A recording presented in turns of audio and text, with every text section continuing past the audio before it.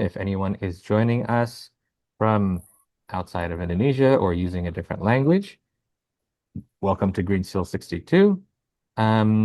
We are going to do this session in Indonesian. However, we do have interpretation to English. And so what you can do is click on the icon on the bottom. It's a globe icon. It says interpretation. Sometimes it's hide. It hides in the more button with the three dots. And you can find it there and then choose your language. Instructions are also in the comment section. Great. I still haven't seen people introducing themselves. All right, there's one from our team. So please feel free to introduce yourself with the instructions that we have set on the screen. Baik, I will switch to Indonesia again. Baik, terima kasih teman-teman. Silakan di apa namanya perkenalkan di kolom komentar. Sambil melakukan itu, mungkin saya mulai dengan memperkenalkan diri. Saya adalah Arif, Director of Networks and Partnership dari Climate Catalyst dan juga Director of the Indonesia Program di Climate Catalyst. Sedikit mengenai Climate Catalyst. Next slide, please. Kita adalah organisasi yang kurang lebih didirikan 5 tahun yang lalu. Pada saat itu yang kami lihat adalah bahwa banyak sekali organisasi-organisasi penting yang muncul di bidang iklim. Namun belum banyak organisasi yang memfasilitasi kolaborasi di antara organisasi-organisasi ini. Padahal penting banget kalau misalnya kita mau mengakselerasi kepada ya 1,5 Celcius masa depan ini, penting banget untuk kita menyelaraskan strategi, menyelaraskan upaya dan sharing informasi dan pengetahuan. Nah, kita melakukan itu ya, makanya kita mendirikan sebuah organisasi untuk memfasilitasi aksi kolektif. Aksi kolektif itu tujuannya ada dua. Satu adalah untuk membantu perubahan kebijakan yang bisa mempercepat mitigasi perubahan iklim. Yang kedua adalah juga mempercepat pergeseran pendanaan. Ah, mohon maaf, apa bisa di mute? Ada yang bisa di mute? Mungkin ada yang bocor suaranya ya, mohon maaf. Dan yang kedua adalah pergeseran pendanaan dari high carbon technology menjadi low carbon technology and solutions. Fokus area kita adalah di heavy emitting industry, jadi industri berat. Kenapa? Karena 7 sektor ini menciptakan hampir 40% dari emisi global. Dan mereka sedang tumbuh sangat cepat, apalagi di negara-negara seperti Indonesia. Makanya fokus-fokus sektor kita di Indonesia itu satu ada di besi dan baja, itu di India dan Indonesia. Ada di chemicals ya, chemicals itu bisa amonia, bisa etanol gitu ya di India dan di Eropa, dan aviasi di Eropa. Em, Oke, kayaknya segitu aja dari saya. Kita lihat agenda pada hari ini. Next slide. Oke, banyak yang moodnya happy karena besok weekend. Tapi ada juga yang chaotic, ada juga yang curious. Itu mood yang sangat penting, curious itu. Sip.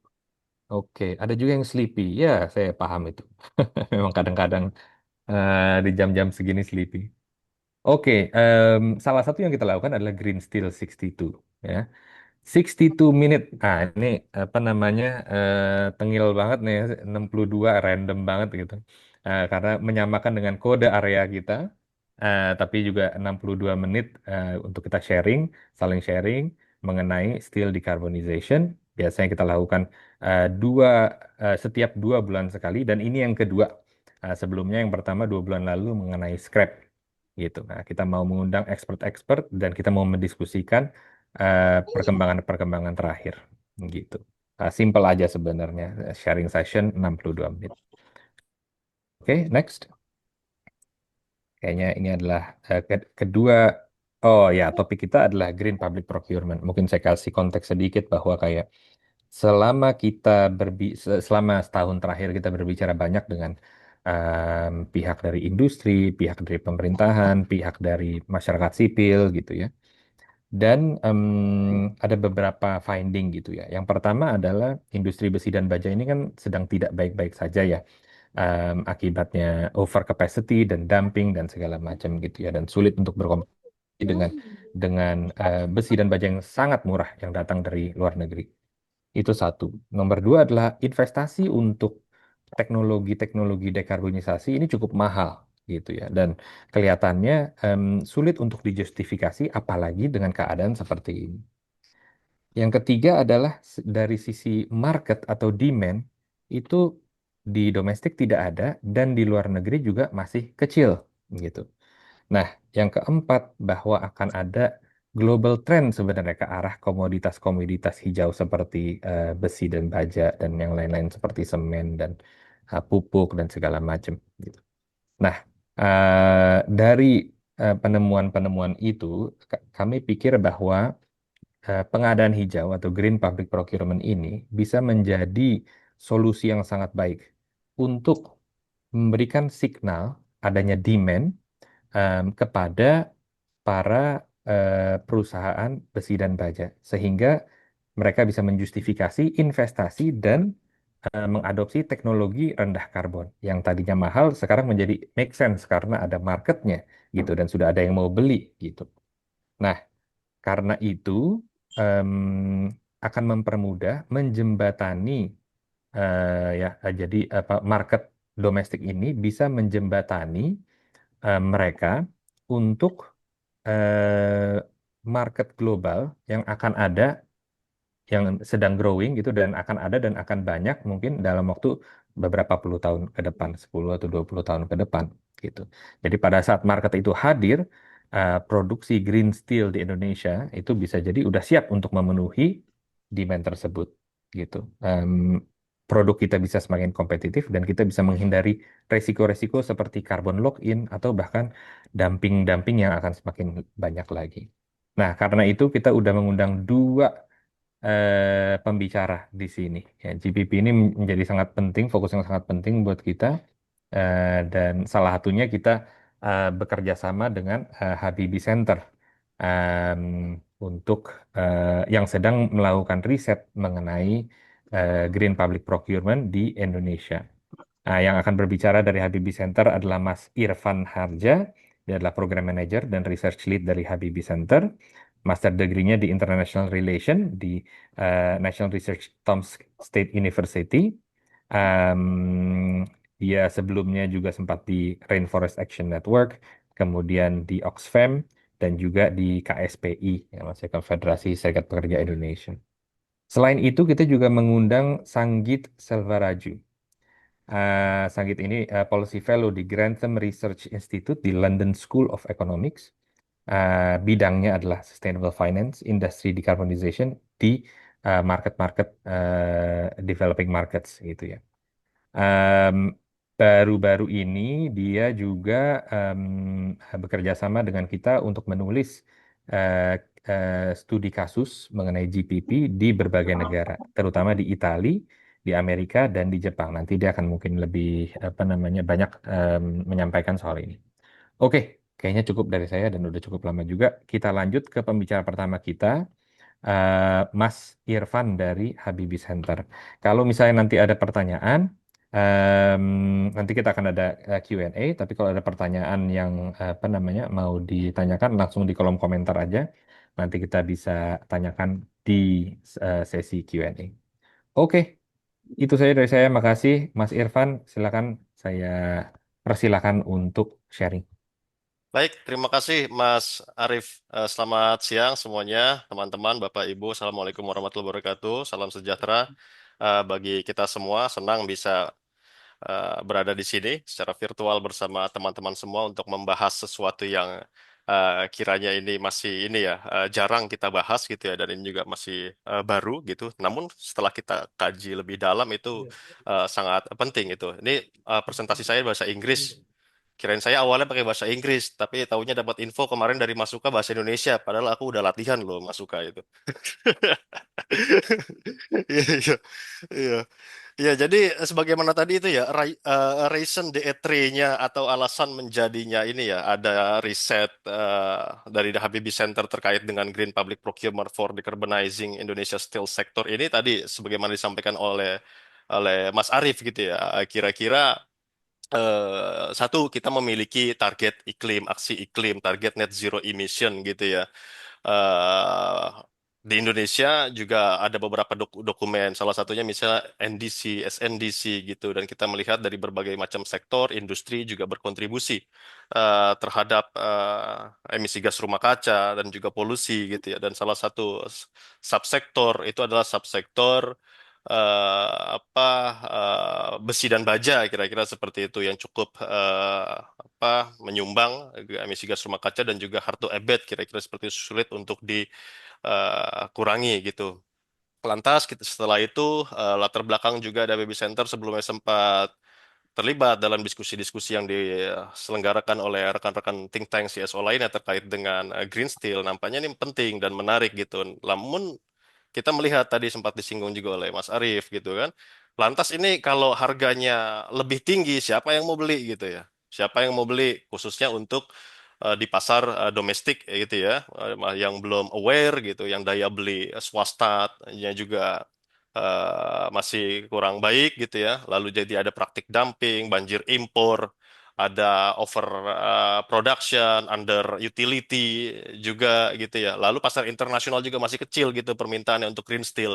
Tapi di satu sisi kita nampaknya perlu membicarakan ini untuk jangka panjang agar terhindar dari apa tadi yang dinamakan oleh Mas Arief, salah satunya adalah carbon lock-in, technological lock-in gitu, dan juga sebagai langkah awal untuk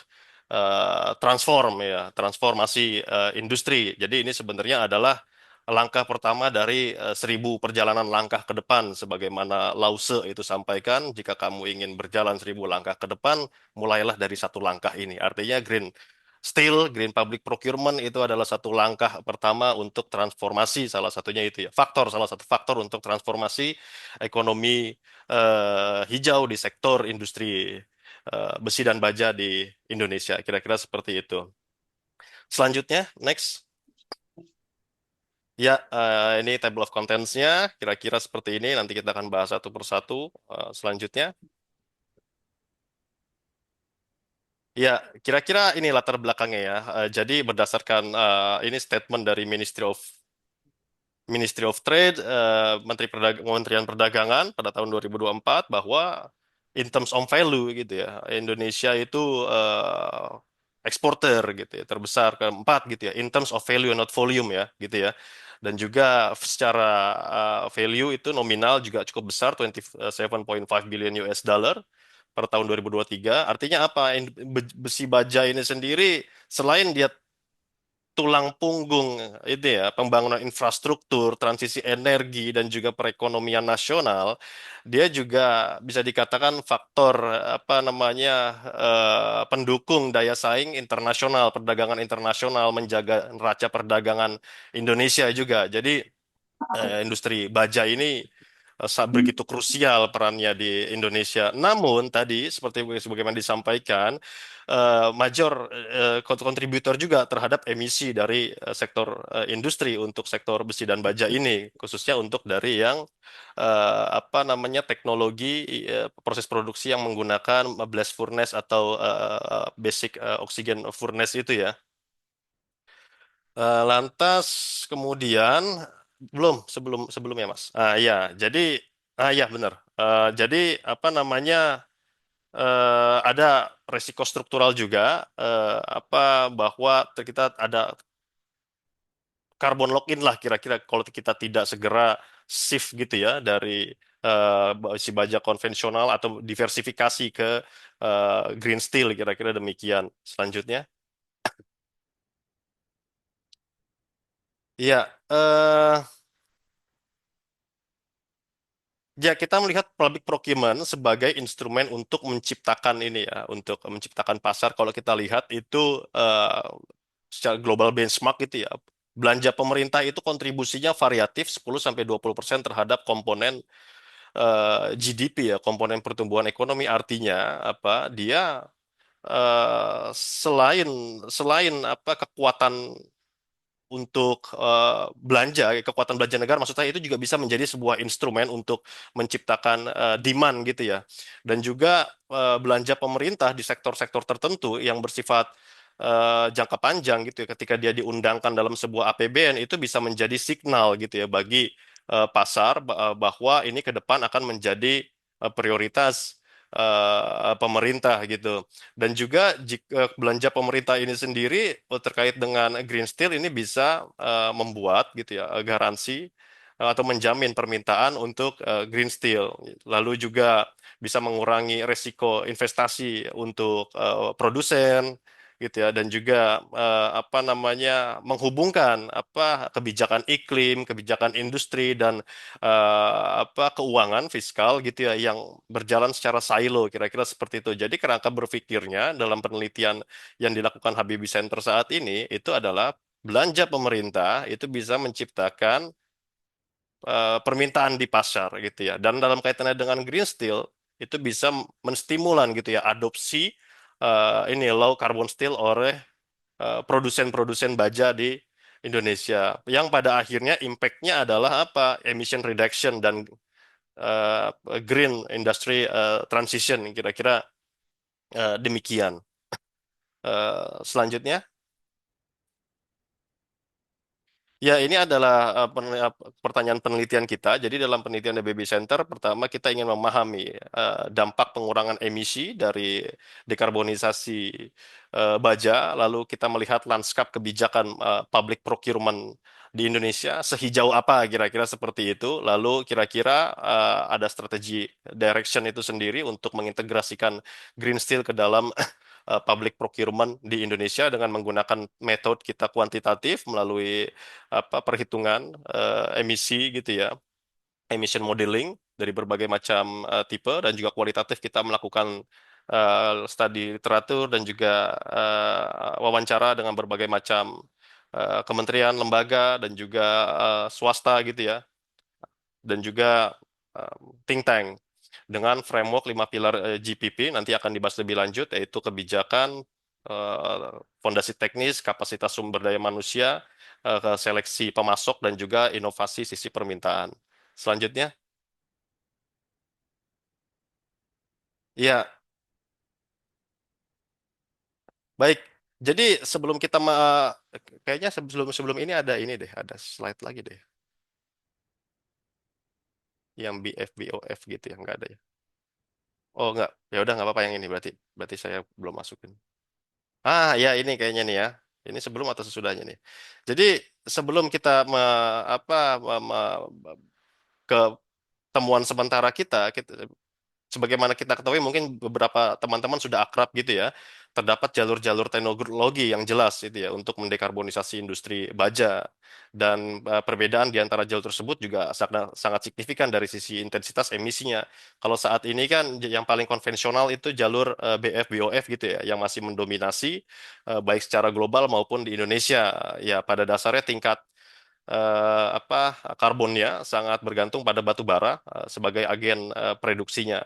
Lalu yang jalur kedua itu DRI EAF itu berbasis gas alam, direct reduced iron, electric arc furnace berbasis gas alam dapat dipandang sebagai solusi transisi gitu ya. Dan dia lebih rendah secara emisi, yang nanti pada akhirnya adalah yang dimaknai sebagai near zero emission steel itu yang DRI-HAF menggunakan green hidrogen. Kira-kira demikian. Jadi kalau saat ini kita posisinya kapasitas produksi baja nasional itu mayoritas itu ada di BOF. Kira-kira demikian. Ah, bagaimana caranya pemerintah melalui GPP itu bisa menstimulasi pergeseran pemanfaatan teknologi ini ya, atau pengadopsian teknologi ke yang rendah karbon ini. Mas Ya, Irfan, 4 selanjut. menit lagi ya.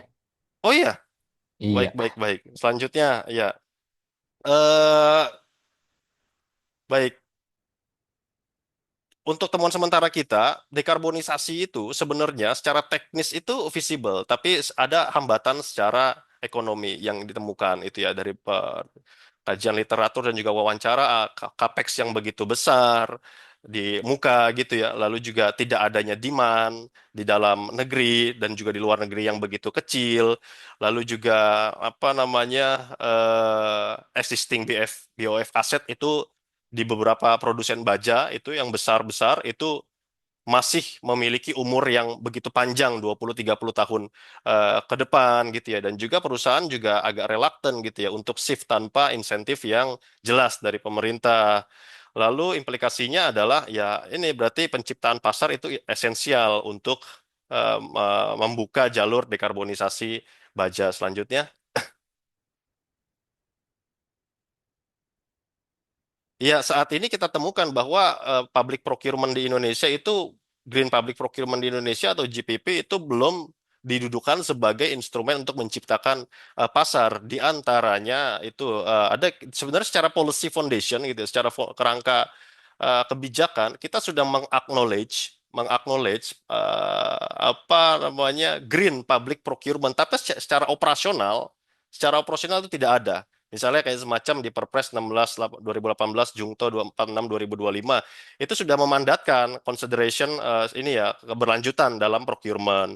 RPJPN juga mengaknowledge green economy, circular economy. Lalu setiap pembangunan itu align dengan SDGs dan target iklim nasional gitu ya. Di Indonesia juga ada beberapa tools, misalnya KLH punya Eco Label,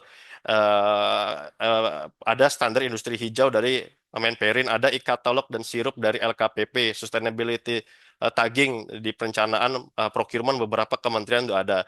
Tapi sayangnya apa ini sifatnya masih voluntary, dan apa yang hilang, apa yang belum ada di Indonesia saat ini adalah untuk aplikasi green public procurement di Indonesia itu sifatnya terfragmentasi. Terfragmentasi artinya apa? Itu terserah ke masing-masing pengguna anggaran.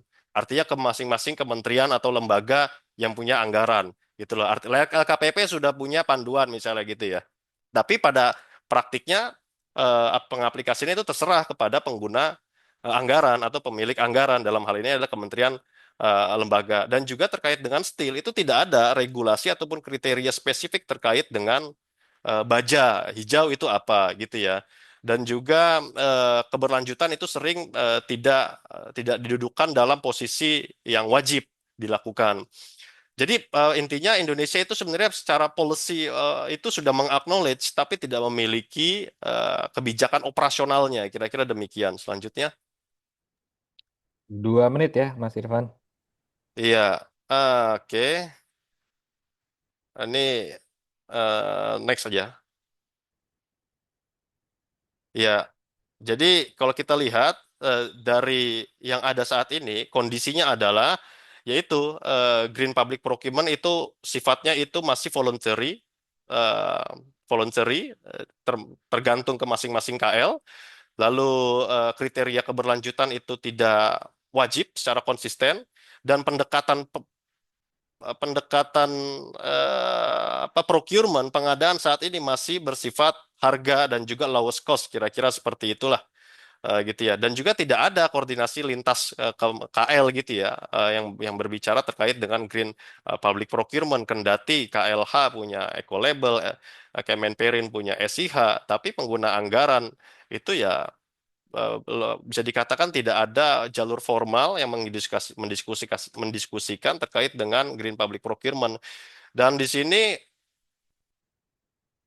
wait, dan di sini apa belum. Dikit lagi, ada kebijakan-kebijakan tadi itu ya, kebijakan iklim, industri, pengadaan di Indonesia ini sebenarnya bergerak dalam silo gitu ya.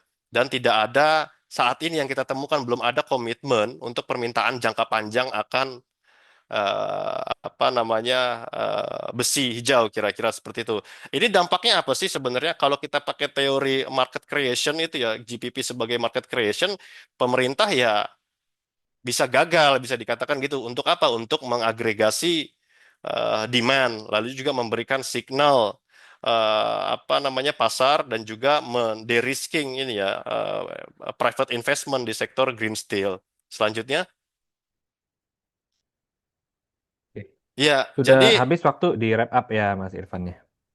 jadi pada intinya lanjut lanjut lagi. Next. Jadi kita melihat kondisi sebelumnya. Kondisi Green Public Procurement dalam kaitannya dengan Green Steel di Indonesia itu berdasarkan 5 pilar, yaitu policy legal, technical foundation, capacity, supplier selection, demand side innovation. Jadi yang ada saat ini gitu ya, sebenarnya sudah ada beberapa kekuatan gitu ya yang kita miliki. Misalnya kayak kita punya normatif policy, ada apa namanya beberapa guidance tentang atau kriteria hijau mengenai eco label misalnya gitu ya. Ada lembaga pengadaannya, ada prosedur pengadaan gitu ya, dan juga punya uang APBN gitu yang besar di belanja infrastruktur. Tapi ada gaps-nya juga gitu ya. Misalnya GPP itu tidak ada target mandatorinya gitu ya. Misalnya mengenai kuota produk hijau itu belum ada. Lalu juga kita belum memiliki taksonomi berbasis emisi untuk baja, belum juga ada apa pengetahuan teknis bagi pejabat pembuat pengadaan gitu ya terkait dengan life cycle cost, apa namanya life cycle cost analysis dan lain-lain sebagainya. Sehingga dampaknya apa? Ya di dampaknya saat ini tadi itu implicationnya for green steel ya sifatnya masih buyer failure kira-kira seperti itu ya. Pemerintah masih belum mampu membuat eh, potensinya gitu ya, potensinya melalui belanja APBN ataupun pengadaan itu untuk menciptakan pasar kira-kira seperti itu untuk menstimulasi hadirnya produsen-produsen green steel. Padahal saya ingat sekali waktu kita berbicara dengan Asosiasi Baja, ISIA dan juga Kadin, pada prinsipnya pengusaha itu selaku pengusaha berorientasi profit, jika ada demand-nya, mereka akan siap. Kira-kira seperti itu. Pertanyaan saatnya, sayangnya belum ada demand-nya. Disinilah pemerintah yang memiliki potensi untuk menciptakan ini ya signal untuk market demand itu sangat strategis posisinya. Uh, Selanjutnya. Nah, di riset kita juga sebenarnya kita membandingkan antara ini kita 1 menit lagi ya Mas Arief, mohon selanjutnya, selanjutnya yang comparison. Nah, kita juga nanti akan membahas perbandingan antara GPP di Indonesia, India, dan Kanada. Saat ini sedang kita analisa dan juga selanjutnya. Iya, sama-sama sama strategic direction sebenarnya kita itu ada recommendation strategic direction berdasarkan 5 pilar tadi kepada pemerintah Indonesia. Kira-kira langkah awalnya apa sih secara jangka pendek dan menengah untuk mengadopsi green steel via green public procurement di Indonesia berdasarkan 5 pilar tadi yang insya Allah yang rencananya akan kita diseminasikan, yang reportnya akan siap semoga nanti itu ya itu di akhir Mei atau awal Juni. Dan pada kesempatan ini minta waktu 15 detik barangkali Mas Arief ya, bagi teman-teman barangkali yang mau sedini mungkin gitu ya, seawal mungkin itu untuk tertarik gitu ya untuk menghadiri apa diseminasi nanti di akhir Mei atau awal Juni bisa mengisi registrasi lalu scan di barcode tersebut agar nanti dari The HPB Center bisa mengirimkan undangannya. Kira-kira demikian, Mas Arief. Semoga tadi itu ini ya bisa memantik untuk diskusi lebih lanjut. Mohon maaf kalau ada kelebihan waktu yang dipakai Mas Arief. Saya Siap. kembalikan. Terima kasih banyak Mas Irfan. Pasti nanti ini presentasi ini kita akan kirimkan dan kita akan ingatkan lagi untuk orang-orang yang mau apa daftar pada acara pada publishing report itu. Okay, I will go now to Sangeeth Selvaraju to share more about maybe the work that he's done around GPP and the best practices around the world. Go for it, Sangeeth. Thanks, Arif. Good morning, good afternoon, depending on where you are. My name is Sangeet Selvaraju. I'm a fellow at the Grantham Research Institute. I won't take up too much time, so I think we can kick off right away. I've got a presentation that I think builds quite nicely on the previous speaker. So if you could go to the next slide, please. So I think just to start off, right, I think it's helpful to think about GPP in the context of a broader policy package because I think it's clearly not the only tool, and I think as a tool just on its own, I don't think it's very effective. Is my view, and I think it's got to be part of a broader policy package. And for that context, I think we have to understand. Okay, so this slide just kind of sets some of the context of where we are in the world in terms of global steel capacity and projected new capacity, and what is the share of scrap or electric arc furnaces in the mix of production for major economies around the world. And I think, and I mentioned the scrap thing because I think it's an important consideration when you look at which countries have used GPP already, and when the questions of a green premium kind of kick in. So broad takeaways, right? Essentially, capacity, additional capacity. So the chart on your left shows, installed steel capacity and kind of forecast to 2030. We get to 2024, we estimate what is existing installed capacity, and then the rest are estimates depending on, various projections of the OECD. India is kind of doubling steel capacity. ASEAN countries are increasing steel capacity. But in most developed markets, steel capacity will remain flat. So basically, demand for new steel, additional steel, is coming from the emerging world, mostly India, Indonesia, Vietnam. Uh, so this is kind of, I think, the context of where we are and kind of where decarbonization would sit, because a lot of that new capacity that these three countries are building are conventional steel capacity, so blast furnace or DRI coal or high carbon assets. Now, if you look to the chart on your right, it's using the Global Energy Monitor data on what is kind of, after the BOF and the steel is made to the DRI, what does it go into? Does it go into an electric arc furnace? Does it go into a basic oxygen furnace?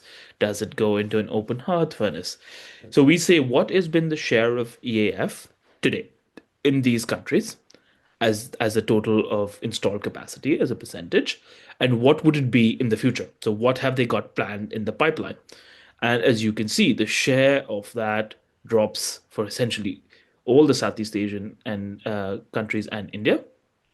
But the share of that stays the same for the US because they have a very high dominance in electric arc furnaces, and rises in kind of Germany and Japan, meaning that the availability of scrap is going to be tricky, right? Vietnam is a very interesting outlier in this, and I think it's an area for a lot of great, interesting further research for where they expect the scrap to come from. Do they expect to import it, or do they have some domestic scrap that they're seeing likely come online? But this becomes an important criteria in how you design national policy for steel decarbonization, is where do you estimate the amount of scrap to be? Because as we all know, and I think as the previous speaker has maybe hinted at, the amount of scrap you've got is a key determinant for lower cost steel sector decarbonization, because you recycle, you can use it into electric arc furnaces, etc. So I'm not going to spend too much time on that. There's a lot of literature out there.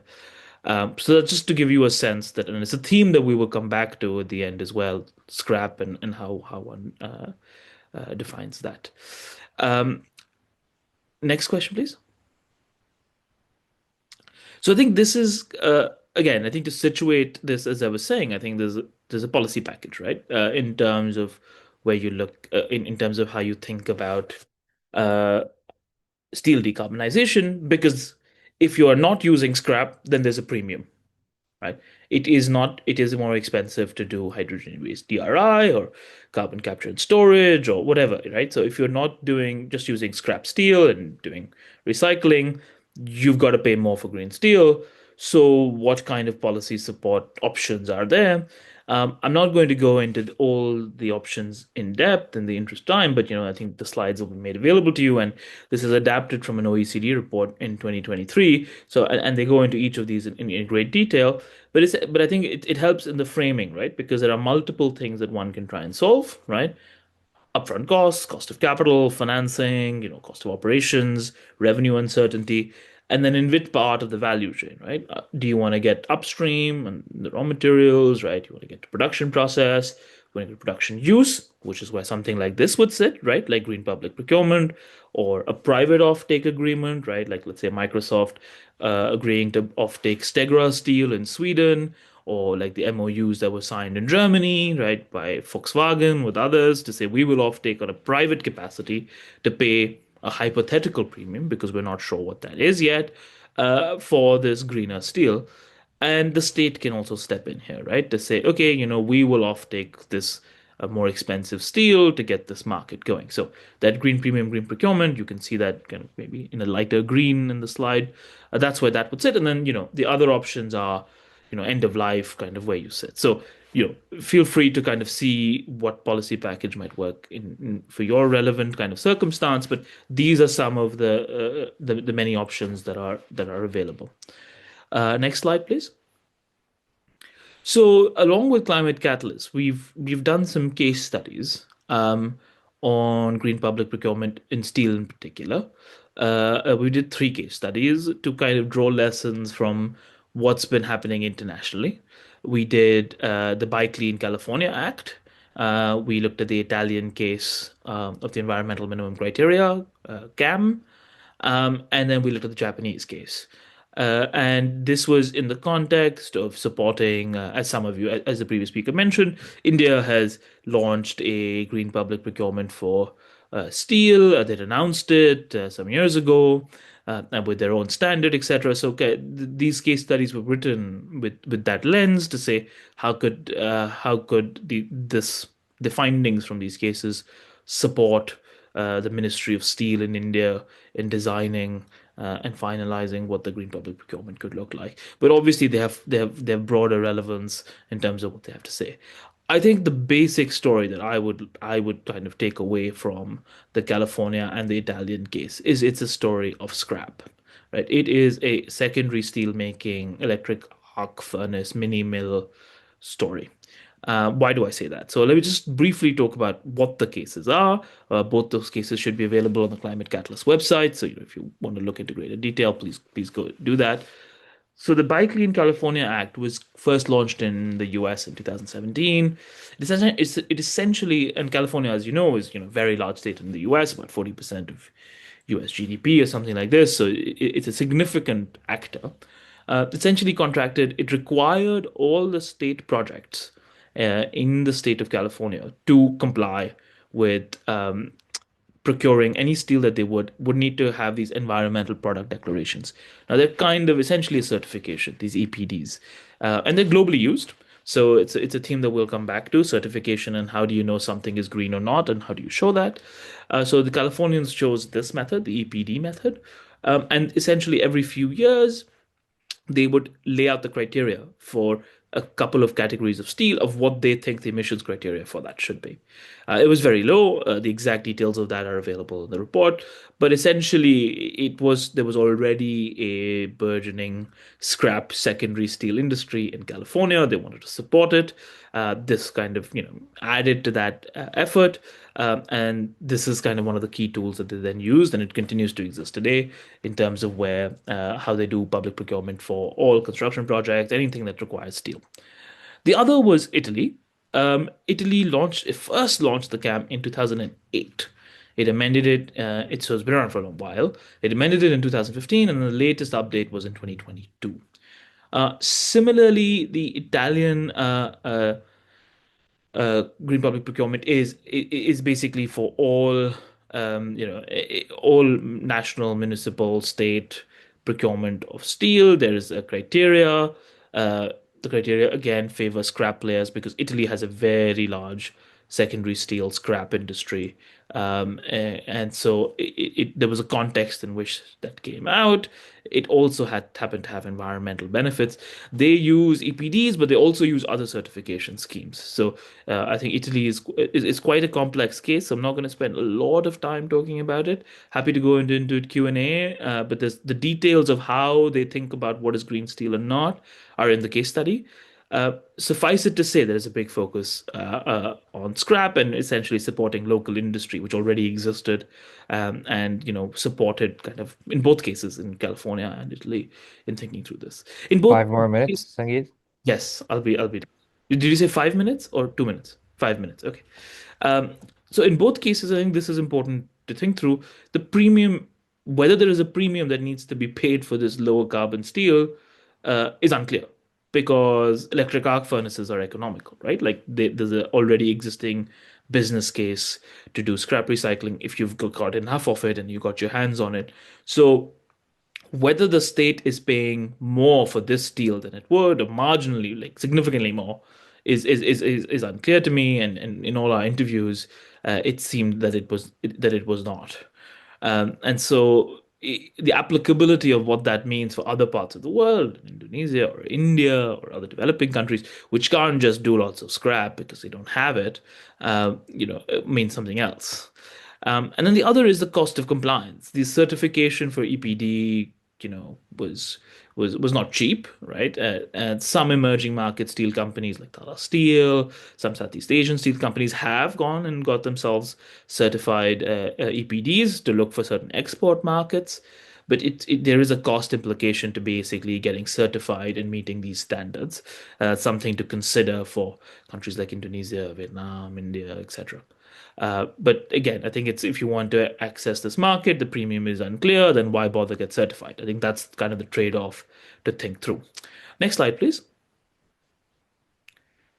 So the other, I think the bullet points seem to be a bit cut off, but it's fine. I think I will just talk about it. The other case study we did was Japan, which has got a different context than the others, because while Japan also has a significant scrap industry, they also have a lot of primary steel making, and as part of a broader strategy to transition the steel industry, they launched this GX transformation strategy. It's a very lucid document. So if for those of you who haven't read it, I really recommend reading it. I put a screenshot on the page on the slide here. It's called Green Steel for GX. It's got a package of things, right? It's got subsidies for blast furnaces. It's got subsidies for electric arc furnaces. It's got a potential subsidy for electric vehicles that use green steel. It's got a separate OPEX support for electric arc furnaces. And in addition to kind of some efficiency improvement support packages, all backed by this broad, I think 100 plus billion trillion, I forget the exact number or the order of magnitude, GX transformation strategy, which in their mind, which according to them, they will generate in revenue from carbon prices for the next 20 years, right? So they lay this out in this document. In that, there is also a green public procurement strategy that was already there in Japan for quite some years, but it's kind of been expanded and revitalized in 2025 when this was launched. So the first version of this Green Purchasing Act was introduced in 2001, and then in this strategy that is combined with this broader package in 2025, there is a green public procurement. So it applies to all national government ministries, agencies, affiliated institutions, it again. And I think the thing here becomes quite interesting because how then again, just Japan define green steel. It uses the Japanese Industry Steel Iron and Steel Federation (JISF). That's the Japanese, I think, iron and steel industry lobbies version of how you define green steel. And one of the key things that we think that comes up in this is in the way they do it, and they use this mass balance approach. Essentially, again, please read the case. It's to get more details. In the interest of time, I don't want to spend too much time on it, but suffice it to say, I don't think other parts of the world would accept that definition of what low carbon steel is. And so I think it's something to think through and how where you sit on that. Whether a premium will be paid for this higher cost steel, it's unclear to me. I don't. It could be. It's just not made clear in the document. It's not made clear in policy. So I think it's something we have to wait and see. But obviously, this is very new. The other two cases are, have been on for a while, so we have a lot more evidence of what exactly has happened. We're still yet to see. The version in 2001 was quite weak in Japan, essentially. Next slide, please. And this is my last slide, I think. So this is kind of a bit of just a takeaway and comparison of some of the cases and what can maybe the implication for India could have been. Scrap a key consideration when it comes to GPP, right? In the way we seen it being applied in the world. As a result of that, as a result of scrap being a key consideration, what you think is green steel becomes very important. So there are, as far as we can tell, there's another report that I've written. We document about 6 or 7 standards that have come up of, So there is an IEA version. There is a responsible steel version. There is a Chinese version. There's an Indian version. There's now this JISF Japanese version. There's a German version, right? The less standard. So they're all, and some have the scrap sliding scale, which means the metric changes on the extent, on the share of scrap you've used in that ton of steel, and some don't, right? So again, so this becomes a key piece. So which you use and how you define green steel obviously will kind of aim to meet national policy priorities for what you're trying to do, but it has the disadvantage then of maybe not being interoperable internationally, or if you're looking at export markets of being able to say, I'm making green steel, I want this green steel to go somewhere else. So I think it's something to think through. It's an important part of the toolbox, I think, and I would say public procurement in general, because a market needs to be created for this, whether it's the state. In some places, the state makes sense because the state uh, consumes a lot of the steel. In some places, it's maybe the private sector. I think it's something to think through. But essentially, those are the things to think through, right? Primary or secondary, is there a green premium, right? Certification, how are you saying what's green steel? What standard are you using? Are you using some external certification? Are you using someone else's standard? And then I think integration with broader policy, right? Because this in and of itself doesn't get it done. I think Japan is a good case for that. So it's something to think through. End of the day, if you're doing decarbonization of primary steel making, which most of the developing world will have to do, someone's got to pay a premium, right? Where you find that premium is really the discussion. So I'll stop there. Thanks very much, and happy to take questions. Thank you so much, Sangeet. Thank you, Mas Irfan. Those are really insightful presentations. Before we go into Q&A, let's take a group picture before everybody leaves, and then you can while we take a picture, please turn on your videos. And if you have questions, you can start raising your hand now or putting those questions into the comment column. All right. Good to see familiar faces as well as new faces.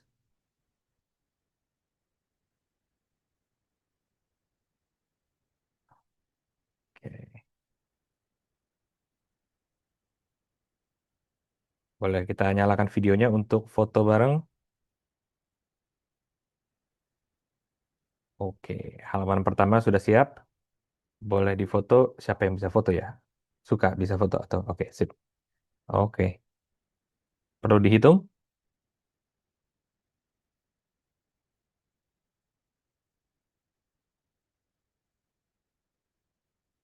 Perlu hitung suka? Udah.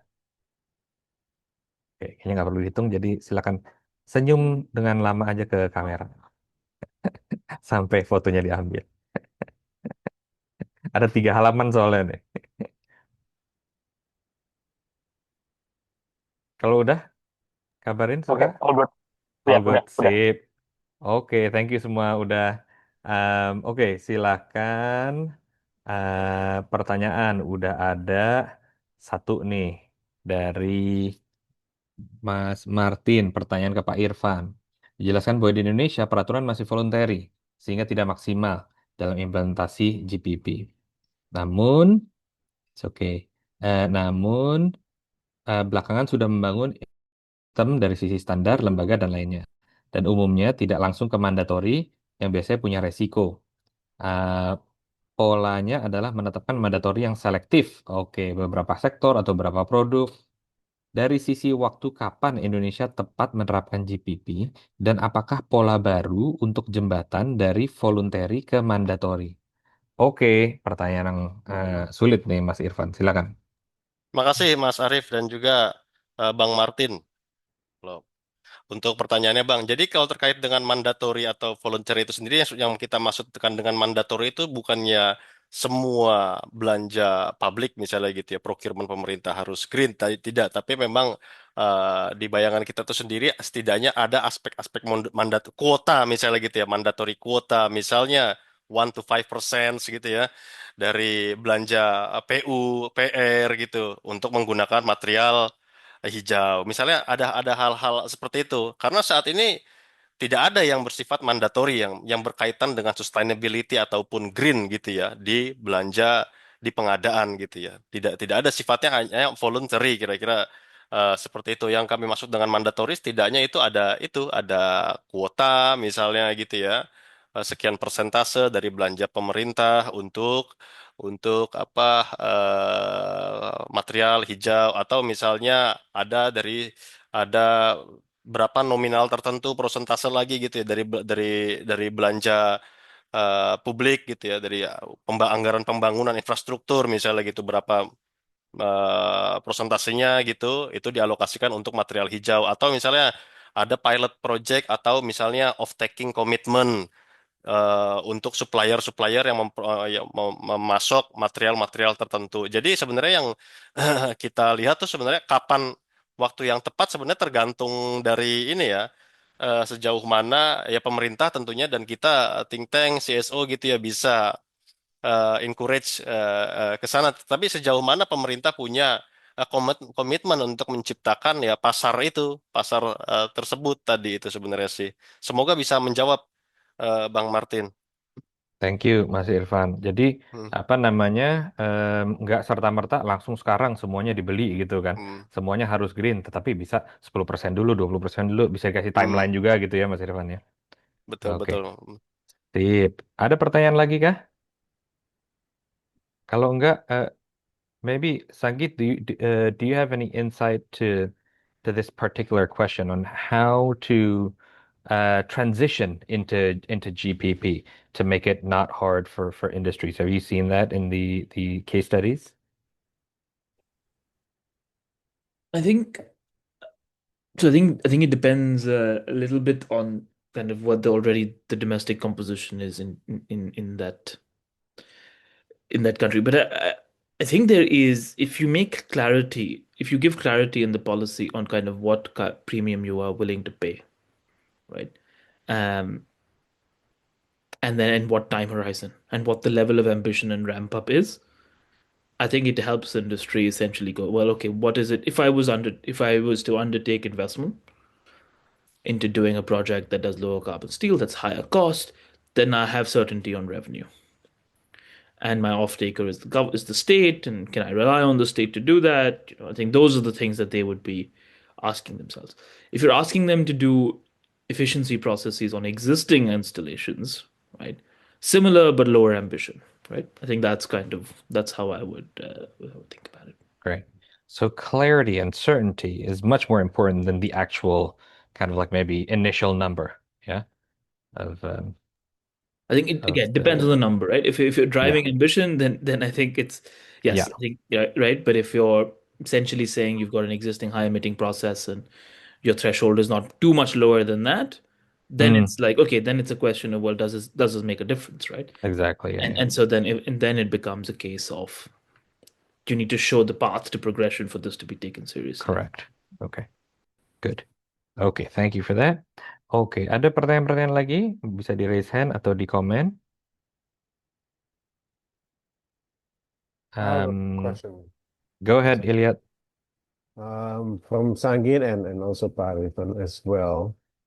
Like for Indonesia, for example, I think by next year or 2028, there is the ETS for the industries that's going to be rolled out, hopefully. And that is going to be a mandatory requirement for a selection of industries. And I think they're going to prioritize the steel industry first in Indonesia. So how do you see perhaps the dynamics of green public procurement and also the potentially supportive force of ETS to provide some sort of incentive for the decarbonization of the steel industry? And that's my number one question. The other one is obviously scrap, right? Like scrap supply is obviously very important for the success of electric arc furnaces and decarbonization as a whole. Then how can the government play a role in terms of easing the steady supply of scrap into the country so that the green public procurement can actually proceed in a much smoother way. So yeah, those two are my immediate questions. Thank you. Great question, Mas Iliad. Sangeet and Irfan, if you can answer in 1 minute each, that will be great. Yeah, I think to respond, Iliad, thank you for your questions, Iliad. I think the dynamics of GPP and ATS next year or earlier is depends on how fast the government of Indonesia can establish its own MRV system that's acknowledged globally. I think once it has once the MRV system is built, I think the let's say green products of Indonesia will be acknowledged in any ETS in terms of in terms of acknowledgement by the importer countries. Yeah. The key words is MRV, the speed of governments to establish its own MRV that it's acknowledgeable by other ETS or trading partners. Yeah. And how about the scrap? I think now if we see the scrap landscape in Indonesia about the it's still disorganized. Yeah, it's very scattered, disorganized. For example, like a scrap collector is mostly dominated by the informal sectors, for examples, and also from the upstream to the downstreams, its supply chain is not clearly clear. Yeah, it's not clearly clear. I think the most important thing for the government in this regard is the Ministry of Industry to help the scrap industry to organize its own supply chain from upstream to the downstreams. Yeah, to ensure that how many scrap volume we have. For example, this year, this month, so we have a reference how many scrap that we can import, yeah, to stimulate our to fulfill our domestic demand. Yeah, I hope I answer your questions, Iliad. Thanks. Back to you, Arif. Sangeet, would you like to answer? I can go very briefly. I'm not familiar with what the targets will be for the steel sector for the ETS in Indonesia. I think it's an emissions intensity system.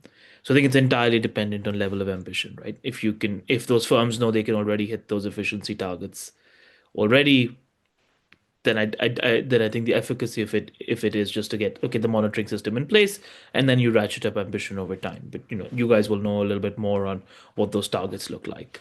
But again, I think important part of the toolbox. And at the end of the day, it becomes okay. What is then the carbon price at? If it's under $20 or under 20 USD, then I think it's going to do nothing. I think essentially, right? Like on the scrap, I think this is a really important piece, and I think this is something that one, yes, how do you get better domestic scrap and collection sorting? There's a lot of impurities in domestic scrap in most EMDs because they haven't really built the processes to sort that. They end up getting used, just not for recycling in electric arc furnaces. But on the other front, I think there is a lot of scrap protectionism that we will see coming from developed markets. The European Metals Action Plan explicitly uses the words scrap leakage, right? So it's about how do you keep more scrap in developed markets to do essentially faster steel decarbonization. This is something that, governments in Indonesia, Vietnam, and other places need to get together and really start pushing in international fora to say, we should have a fair share of the scrap because otherwise we can't decarbonize our industry at the same pace. So I think there will be restrictions of scrap that will come on, and I think this is going to be a big factor, at least in the short term, till domestic scrap in emerging markets catches up. That's a very great point. Scrap leakage, yeah, that's a big issue. Baik, oke. Saya akan tutup, tetapi there's a question in the comment section by Louise. If you can type your answers, maybe if you have time, Mas Irfan or Sangeet, to answer that would be good. I won't even summarize the session because we're out of time, and I'm sure I want to respect the time of our participants, but it has been really, really interesting and really insightful. Sebelum kita pergi, boleh minta tolong untuk isi polling feedback hanya 3 atau 4 pertanyaan yang akan sebentar lagi akan muncul di monitor teman-teman. Ah, iya. Jadi silakan diisi. Ada 5 pertanyaan, singkat aja.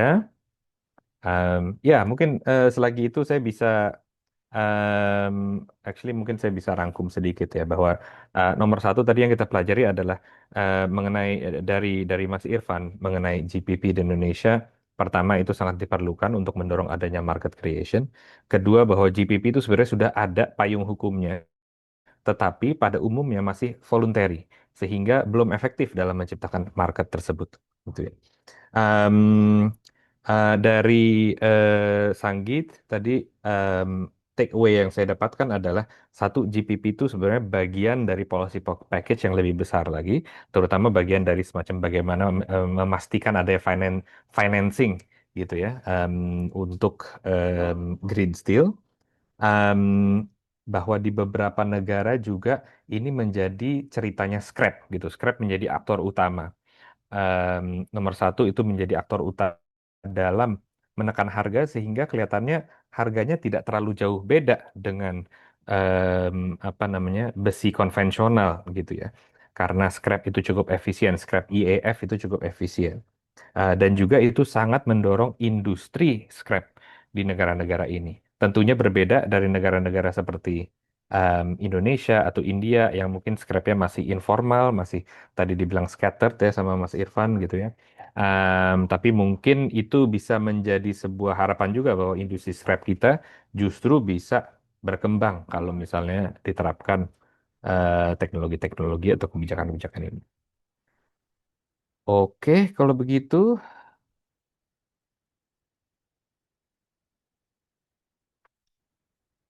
boleh dikabarin suka apakah sudah diisi semua, sudah ya, beres ya? Oke, kalau gitu saya tutup sesi untuk hari ini. Terima kasih banyak kepada partisipan yang sudah hadir. Semoga berguna. Dan kalau misalnya ada apa-apa yang mau ditanyakan, nanti akan kita kirim presentasi dan recordingnya kita akan posting juga.